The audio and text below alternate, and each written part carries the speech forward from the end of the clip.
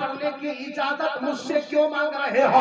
جانتے ہو صحابی رسول حضرت حذیفہ نے کیا کہا تھا امی جان آپ اجازت دیتے میں روزانہ آقا کے پیچھے نماز پڑھتا تھا، لیکن آج جب حضور کے پیچھے نماز پڑھوں گا تو صرف نماز ہی نہیں پڑھی جائے گی بلکہ حضور سے جنت بھی مانگی جائے گی۔